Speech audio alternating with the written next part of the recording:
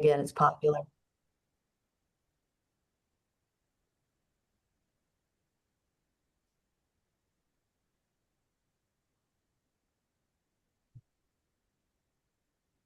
Well, I can go ahead and just kick us off and I'll let people in as they trickle on in. I want to be mindful of everybody's time if that works with you. Mhm. Awesome. Awesome. Well, good afternoon, everyone. My name is Jasmine Phillips Jones. I serve as president of PRSA Memphis, and we're so excited to have you all here for a well sought out session. We have Vox Awards coming up, and we've been getting a ton of questions about how to submit an award-winning submission, and we have two standout APR, credential, all the things that you can think of that's going to help you all become empowered as you're submitting for your Vox Awards and be able to ask questions in real time. So I'm going to let Elizabeth, if you would introduce yourself, and Kim, if you would then introduce yourselves, and then the show is all yours. Thank you, Jasmine. To introduce myself, I am Elizabeth Whittington. I am Senior Director of Executive Communications for St. Jude Children's Research Hospital. And my fun fact is that I have won the Bronze Anvil for Executive Communications for 3 out of 4 years. And I've also judged silver and bronze anvils. What about you, Kim? Awesome. I'm Kim Marks Malone. I am newly promoted to professor of practice at the University of Memphis, and I also was newly promoted to the interim associate director of the new name, still be determined, currently calling it the School of Communication and Media, which is the new school that was formed when we combined the Communication and Film Department with the Department of Journalism and Strategic Media. I have judged silver anvils, bronze anvils, and I don't even know how many chapter awards I've judged over the years. And I have won 6 silver anvils and a box. Excited to be here. And I'm going to share my screen so we can get the presentation up. Oops, that did not work. Here we go. Right button.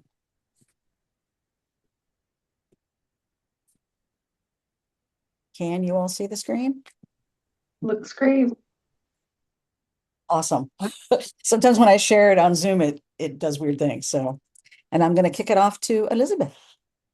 So like Kim said, we have both judged silver anvil, bronze anvils, and if you've judged before, you can tell like there are award-winning entries, and then there's entries that um, you can easily tell like they didn't either put the time in to work on the campaign the way it should have been worked on, or their entry, it may have been a beautiful campaign, but the entry was not an award-winning entry.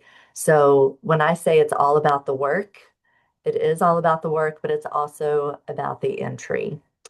Um, let's go to the next slide, Kim. So if it seems like it will be an interesting campaign, so I'm trying to think of a campaign that we had here at St. Jude. Um, we had a clinical trial recruitment campaign several years ago that won a silver anvil. And we had done all of this work, but we had also done a lot of the prep work. And if you do a lot of the prep work, you do a lot of the research and the planning and the timeline and the budget, the entry almost writes itself. So, look at whether your campaign has like a new or a different approach, potential for amazing outcomes. So that clinical trial recruitment campaign, not only were we able to say we got a lot of media hits, but oh, by the way, we were able to fully recruit for this clinical trial, and that trial was evidenced that what we were testing actually cured this disease. So think beyond just PR results too.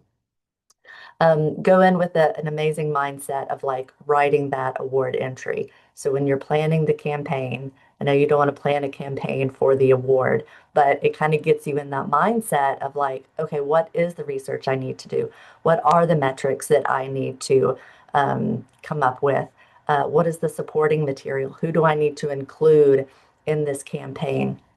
So when you're building your campaign, create those folders and the materials for your research, your planning, your implementation, and your evaluation. And then it's going to make the entry writing a lot easier. Um, Also ask other people familiar with the work what they think, get an outside perspective. Often we're our own worst critics, so give yourself latitude to brag on yourself. Like if you did a wonderful job, um, don't be afraid to tell people that. Um, so strong chapter entry, like this is one of the great things about Vox Awards is that it's right before the entry for the Anvil Awards. So did your campaign win a Vox Award or another local award? You can actually use that entry for Vox. I think when we are developing our Vox Awards, we really try hard to make it similar to the Anvil Awards just for that simple reason. And then also keep in mind that not everything is an award entry. You could have had a great campaign. I think for the last couple of years, we have tried to submit our Living Our Values campaign for the past couple of years for the Silver Anvil for the Internal Communications Award. And it's a great campaign. It is well loved here at St. Jude. But the metrics, because our metrics were so high to begin with our values. That was the one thing that the judges kept coming back to. Like, you started off at like 96 and you got to 98. Like, I just don't see where what you're doing this year is really making this an award-winning campaign. So just keep in mind that it could be a great campaign, but maybe it's not an award winner. All right, next slide. So know your awards programs. Okay.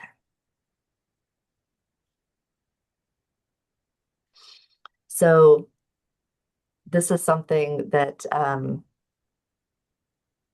was hard for me to wrap my head around at first. The silver anvil is for campaigns, and bronze anvils are for tactics.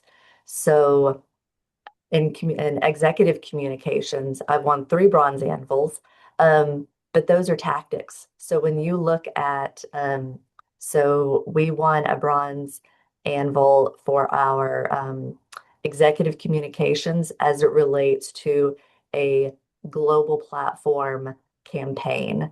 So the executive communications was merely a tactic within that larger campaign. So I didn't want to submit it as a silver anvil because it was truly a tactic. So think about like, is this a campaign or is this merely a tactic? And not to say that campaigns are better than tactics, but they're two very different categories. So silver anvil judges evaluate your entry on 4 criteria.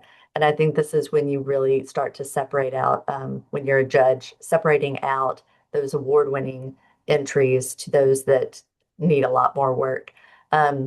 You need to show your insights and analysis. That's your research. You need to show your planning. What was your budget? What was your timeline? Who was involved? Execution. What did you actually implement? And if something went wrong, it doesn't necessarily make it not award worthy, but how were you able to pivot? What were you learning from this campaign? And then evaluation. A lot of people, focus on metrics like we got this many web hits, we got this much social media engagement. But what we're looking for are true results, true outcomes. And those 4 sections are evenly weighted. So when you're looking at the bronze anvils, it's going to be a little bit shorter. So the silver anvils are like 2 pages for the initial entry, and the bronze, you have 1 page. It seems easy until you try to start fitting all of that information on 1 or 2 pages. Like you can get really creative, but they will tell you you can't go beyond this font, you can't go beyond this font size, you can't go beyond these margins. So consider that. Okay, so for bronze anvils, they're looking at planning and content, creativity and quality. Um, which honestly always trips me up. That's really hard to find some creative ways to do your tactics. Technical excellence and results. So with tactics, creativity, and quality are worth more points. So that's a little insider information. So focus more effort on those three things. So the Anvil categories change every year. Be sure to read them carefully. Be sure to read the descriptions carefully. And you have to select the category to enter. You can enter multiple categories. You can give your entry a unique name. So when you do your entry, it might tell you to, you can check a little box and say, I also want it to look at this category. But thinking of categories, you might want to change up your entry a little bit. Um, So if you're an agency, you'll need to include the name of your client, obviously. And if you're the client, you'll also have to mention if you had agency work with it. You'll have to write a 100-word description of the program and the submission.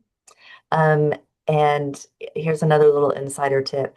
If you look on the PRSA website, they have case studies. They have entries of award-winning campaigns that they will show you so you can actually see what an award-winning campaign looks like. For executive communications, I didn't have a example to go by. So I emailed them and I said, can you send me a case study of an executive communications winner? And they did, and that was truly helpful. It answered a lot of my questions for me. So again, don't be afraid to ask for help. Also note the deadlines and make a note of the window for work. When I was judging a silver anvil one year, we had one award entry that was the easy winner. Like it was an incredible campaign. And right before we were submitting the winners, someone noticed that the time for their campaign fell outside the window of the criteria. And so they they were disqualified. So think about that. Really follow the instructions because they're there for a reason and they will knock your entry out.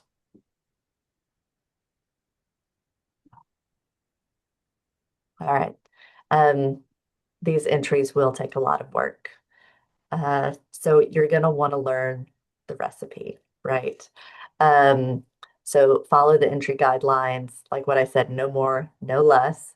Um, And then entry guidelines provide the judging criteria. Use them. Those are going to be your best way to find out what the judges are looking for, because even if the judges have questions, they're going to go back to that criteria. So tell your story. So you're writing for strangers. So when I do St. Jude criteria, I think of, okay, not everybody knows about St. Jude. I can't assume that everybody's going to know our mission and our tagline. So that's one of the things that I have to think about. I have to introduce them to St. Jude and what our mission is before I go into, okay, and here's our campaign.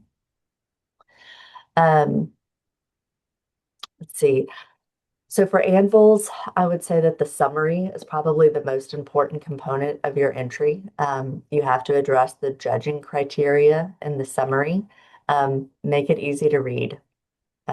Use headings, use bold and italics, use bullet points. Um, like I said, tell your story, but remember that you're telling it to strangers.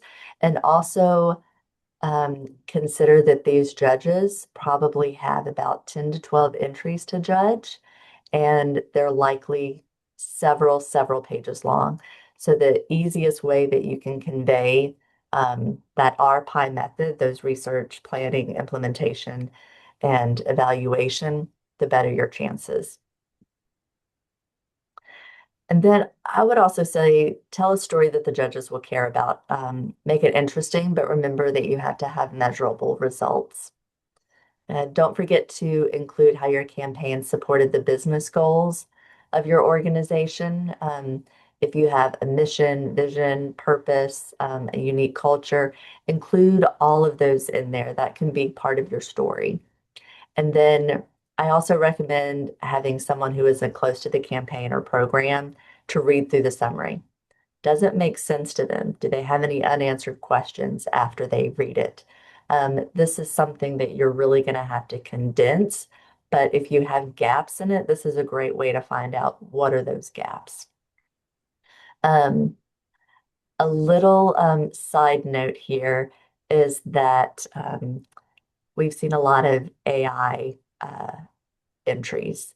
Um, AI can be very helpful in, being a thought partner with producing your entries, um, but don't use AI to create your entries. It's just, you can tell and I think the judges will ding you for it, unfortunately. Consider the judges' perspectives. Okay, so a word about the judges. Like I said, these were all volunteers. Um, there likely won't be local, so any local references that you make won't necessarily make sense to them.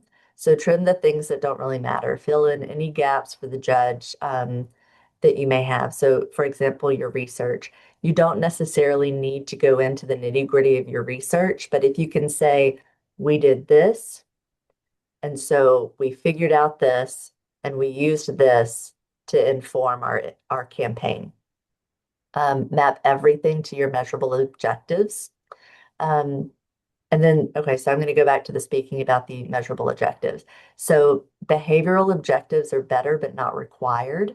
Um, Going back to one of the bronze anvils that we won last year, our goal in the campaign was essentially to increase awareness and participation in a um, the global field of childhood cancer.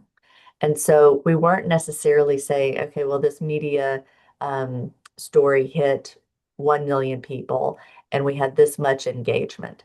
My end evaluation for that campaign was that when we went to the UNGA, we had 8 first ladies attend.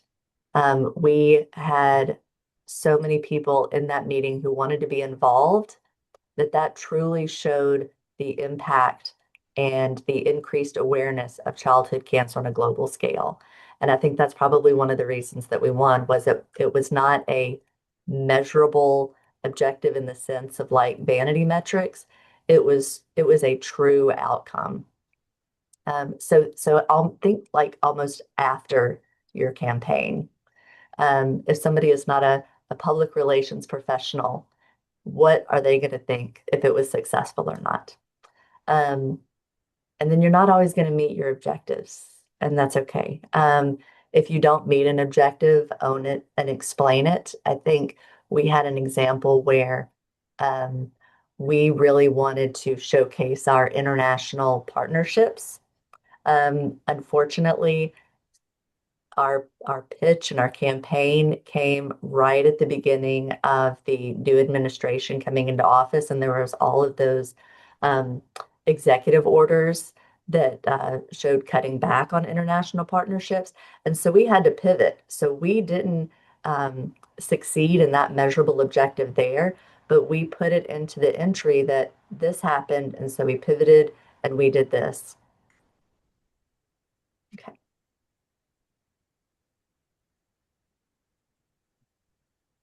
So I'm going to talk about putting it all together, and we're going to look at some examples and kind of talk through, we're going to look through a summary for a silver anvil, is basically what we're going to look at. And so if you've ever done one of these before, the insights and analysis is where you're going to talk about your situational analysis, which is where you're going to really start diving into your research.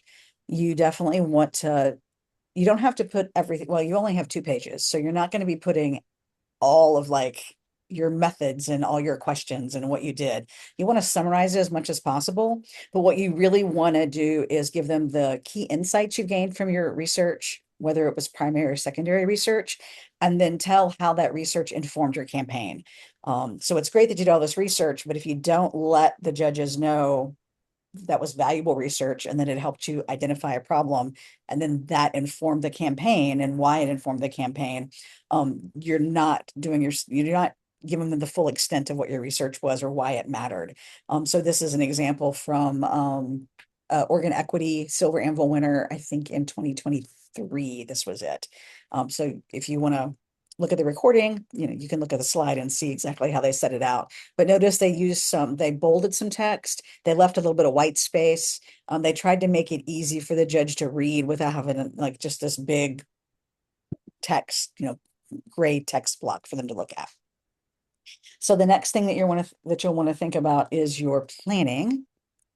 And so here in planning, you're going to be talking about this is where you're going to put your objectives. This is where you're going to talk about who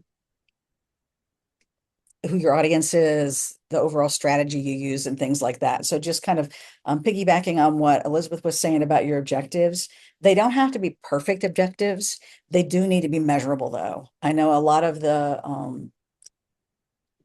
not really as much at the Silver Anvil level, but a lot of the local awards that I've judged before in the past, this is where we have a real problem, is the objectives aren't measurable. So remember, an objective should be, specific, measurable, attainable, realistic, and time bound. Smart objectives. So make sure that you have all those components in your objectives, because the judges are going to be looking for that. And it's really important too, because when we look later at your evaluation, you have to be able to connect the results you got back to the objective you had. So that's really important. This is where you're going to talk about your budget, if you had one. And if you didn't have a budget, especially if you're entering a category they usually have categories for low budget events and things like that. Talk about how you use the little budget that you had, how you stretched it. And if you have a really huge budget, make sure that you talk about maybe where, why it was so large, or, where it came from and how you used it. And then always in here in your write-up, you get that supplemental materials that you can submit, and we'll talk about those in a minute too. But in the write-up somewhere, if you've got something that's going to highlight, or, if maybe you included your budget, make sure, you put in parentheses, or, in the narrative, that those materials exist in your supplemental materials, so the judge will know that they can go, if they read something and it doesn't make sense to them, or or you're really proud of something you did and you've put it in there, make sure the judge knows to go look for it. So the next thing would be the execution. And here, what happens a lot of times is that people put the results in the execution. So remember that the execution, which would be the implementation piece of your RPI, it's not your results, it's how was your campaign executed? How did you take the plan and then execute it? So here's where you want to talk about, like, maybe how did the activities flow? Did everything go to plan? Did you have to pivot? What were the key tactics you used? And how were they put all together in your plan? And were there any difficulties that happened in the middle of execution? Did you find out maybe you weren't getting engagement on some tactic you were doing, and so you revisited that tactic, or you revisited your messages? So execution is where you could point out things that might have gone awry a little bit and address them and how you pivoted to them. So that is your execution piece, which leads us to the final, which is the evaluation and results. So the biggest problems I see in entries that I judge comes in the planning with the objectives and the evaluation and results, and those not matching up. So make sure that when you're doing your evaluation, that you're looking back at your objectives and you're addressing each one of your objectives in the evaluation. And like Elizabeth said, if you didn't achieve that objective, that's fine. That's okay. We don't always achieve all of our objectives, but you don't want to just leave that objective out of the evaluation and results because you didn't achieve it. You want to mention, like, hey, we achieved this, this, and this, and here's the results. And we had this one objective and we didn't achieve it, and here's why we think we didn't achieve it. So just own it. Everybody has objectives that don't meet. Just don't kind of try to ignore it and think it might go away. Because I know when I'm judging, I actually will look back and I'll say, like, objective 1. Okay, there's objective 1. And then if I get to objective 4 and it just isn't talked about or addressed in the evaluation, I'm going to deduct some points there, because I'm like really curious what happened to that objective. So make sure that, and then when you are giving the data to support the evaluation, try not to use big, broad qualitative statements. So a lot of times I literally will see like, we achieved our objective. The client loved it. I'm glad the client loved it, but what data do you have to support that you achieved the objective besides the client was really happy, or my boss really loved it, or something like that? So qualitative can be used to support your quantitative data, but try not to just give the judges anecdotal evidence that you achieved something that you wanted to achieve. If you have any unintended results of your campaign, so something really cool happened as a result of your campaign. It wasn't an objective, but it was really neat, and you think it's really important, and you want the judges to know about it. So in the results and evaluation stage is where you could talk about that. And so the example I have here is a real one from an entry. And so they did all these things, and you can see that they countered misinformation with science. They cauterized the digital spread of misinformation through the social sources. They decreased the contact lenses in COVID conversation. And then something really cool happened as a result of the campaign. They actually ended up with all of the researchers here won outstanding scientific paper awards. From the American Public Health Association. So they didn't set out this campaign hoping that these researchers would win these awards, but because of the work they did as part of this campaign, they actually won these awards. So that's a really cool thing. You want the judges to know about that. So this is what you would just call an unintended result, and you would somehow weave it into your narrative. So always think about anything that's unintended that may have been really great that happened. If you had an unintended result that wasn't so great, I would say don't put it in there unless it impacted the overall campaign. So if something was unintended and it wasn't the best thing in the world, but maybe it's a side issue that did not impact any of your objectives or the campaign overall, you don't really need to draw attention to it. But if you have an objective that went off the rails, then you definitely need to talk about what happened and how you addressed it, and maybe why, if you knew why it happened. So those are thinking about your unintended results. And then those supporting materials. So you definitely want to have supporting materials. And this is where you get to, like, if it's a bronze anvil, it's where you get to actually have, examples of your tactic in there. If it's a campaign, you can have some really awesome tactics and what they did and how they supported the campaign. This is where you could have all those maybe anecdotal, maybe if you had the handwritten notes from somebody, you could, have a picture and put that in there. And then that supports the quantitative data. So one of the biggest pet peeves for me as a judge is when the supporting materials, you have to upload into each section. As you upload your award entry, you'll upload the summary, and then you upload these supplemental materials. So don't just put all your supplemental materials into like this big honking file, this PDF. That the judge has to look through every single page every time. Split it up into sections. So you got your planning, your research, your planning, your implementation, your evaluation, your R5 sections. So if I get to evaluation and you say you've got something in the supplemental materials that really highlights, maybe you've got those, a handwritten note from folks, or, things like that you want to show off, don't make me look through all of the planning and the research and all that supporting materials, because it's, if I'm judging 10 to 12 entries, that's a lot of supporting materials that I'm going to be looking through. So definitely think about how you can make it easier for your judge to see all of the supporting materials that you're going to give them. And if you need to explain something, you can create a supporting material to explain something. So this would be where maybe you didn't meet an objective, or maybe you had to pivot in the middle of your campaign. Maybe you discovered your messages weren't landing right, so you reworked your messages. You're probably not going to have anything already created to explain that. So you could actually create a piece of supporting material that would walk the judge through. We shifted our messages midway through. This is why at the beginning it was, it wasn't resonating. We had this kind of evidence that it wasn't landing right. We regrouped, we pivoted to a different message. And then at the end, this is how it turned out. So that could be something to maybe explain a pivot or something going awry in your campaign. You just create that piece of supporting material. You don't have to It doesn't have to be something that is actually an artifact from the campaign. It can be you creating something to actually just explain something to the judge that may make them scratch their head and question what happened.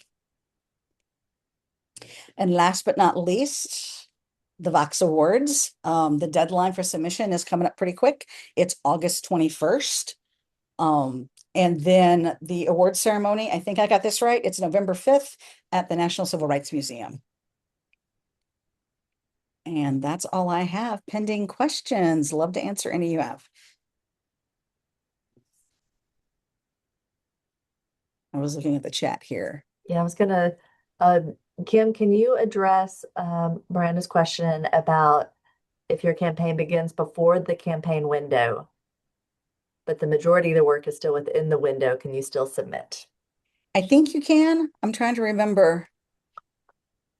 I think a majority has to be in Yeah. that window. And it also depends too, when you say the campaign begins, does that mean all the research and planning and stuff was done prior to the scope of work? What's really good is that the Anvil packet will spell this out very clearly. Yeah. Like it will say like 75% of your work has to Yeah. be included in the window, Yeah. and no work could have started before this day 2 years ago. Yeah. So just consider that like whatever you are reading into it, that's what the judges are going to read into it. And if you have any questions, Email contact them. PRSA. They are great about working with you and the judges to clarify any of those questions. Yeah, don't be shy. They do respond to email, and they're very helpful. Anybody else have any questions? And I think since we have a couple of board members here, I'm wondering if anybody has any specific questions about the Vox Awards, Vox entries, even the Vox event. I would like to just give a couple of deadline reminders to everyone. So right now we are in the what we call regular submission phase. So from now until August 21st, you can submit for Vox. After the 21st of August, we are in our last chance to submit. And so the pricing goes up for those submissions. And so that very final deadline to submit anything Vox related will be Friday, September 4th. So we got a couple of emails about that. So I just want to clarify those deadlines. Awesome, thanks.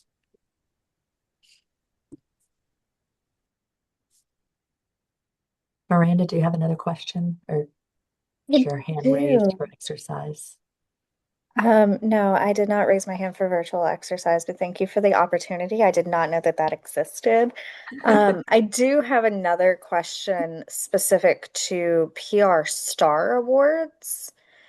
If we were to want to nominate for a PR Star, if we're working on nominations and we want to do a PR Star or Chapter Member of the Year nomination for Vox, what advice would you have for starting those nominations? What information do you look for as you're going through those type nominations?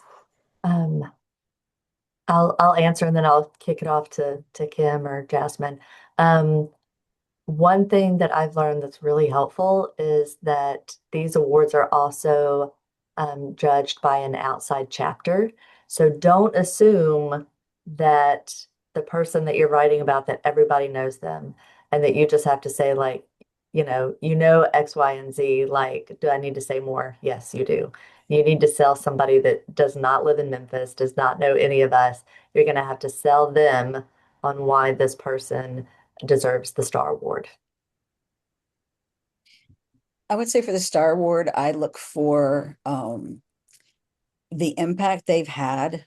I mean, because it's the impact they've had either on the organization or the agency they work with, the impact they've had on the clients and the campaigns they've worked on, and then also things that they're involved with outside of like just work. For the Star Award, are they a PRSA Memphis active member? Are they a PRSA member and they get involved? Do they do pro bono work or volunteer on the side? Things Do like they that. mentor? Yeah, something that's going to push them over the edge a little bit that shows that they're not just doing their job.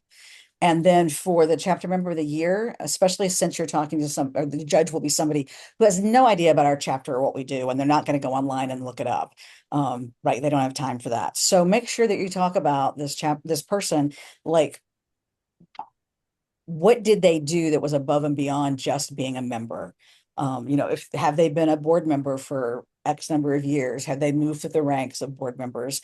Did they lead a committee or lead an event? And then also, again, besides just being a PRSA chapter member, how else do they promote and advocate for PR in the community or, bigger kind of thing? That help? Fantastic. Thank you guys so much. Welcome. That brought up a good note. We got a question about that. So the judges are not within PRSA Memphis chapter. So, if you have concern or worry that, this may be like a favoritism type of thing, it's not. We have outside judges who are far removed from the Southeast region. So don't be afraid to submit, you guys.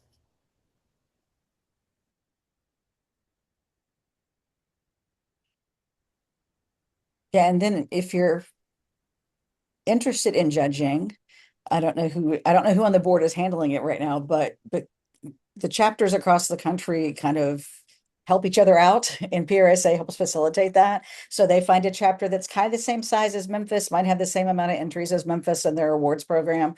And then, they ask a chapter, will you judge Memphis? And then they ask Memphis, will you judge a different chapter? And usually when they do that, whoever is running the awards program for the year is needing people to volunteer to judge because they can't judge them all themselves. And typically you need a couple folks to judge each entry. So if you ever want to see like what other folks are doing for the reward entries, and I think it really is helpful to judge other chapters awards because it really can open your eyes sometimes to the way things are, maybe they think about it completely different than you and you get lots of best practices from it. Definitely volunteer to judge if you see an email that comes out and says, hey, we need judges. Sometimes they ask for you to be an APR, and sometimes they say they don't have to be an APR. They just have to have so many years of experience. So, and if you are an APR, when you judge, you earn what are those things? Accreditation. Yeah, Yeah, you points get toward credit your reaccreditation. for your reaccreditation. Yeah, And that Dana says reach out to, or no, Jasmine says reach out to herself or Dana if you would like to judge.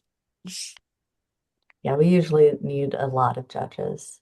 Um, but yeah, I mean, one of the reasons why I judge is so that I can see what the competition is. Mhm.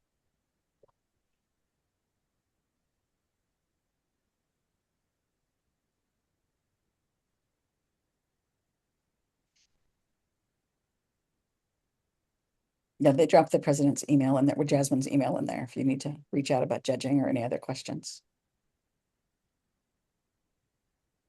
Anybody else have any questions? We answered them all. Well, I hope you guys are gonna submit many entries and that we will see you at the Vox Awards on November 5th. That's always like one of my favorite events of the year, so I'm very excited. Yeah, and I dropped my email in the chat. Feel free to email me if you have any other questions or something you forgot to ask about and you want to reach out. I am available. Sweet. Well, thank you so much, Elizabeth and Kim, for taking the time out to give us lots of golden nuggets. For anyone who wants to um, listen back or watch this recording, we will be uploading it on our website and we'll email it out to members. And we have a YouTube page. So once we get this on YouTube, we'll also share that member wide. If you have any questions about Vox at all, please don't hesitate to reach out. And we look forward to celebrating you on Thursday, November 5th at the National Civil Rights Museum. Thank you. Thanks, Jasmine. Thank you.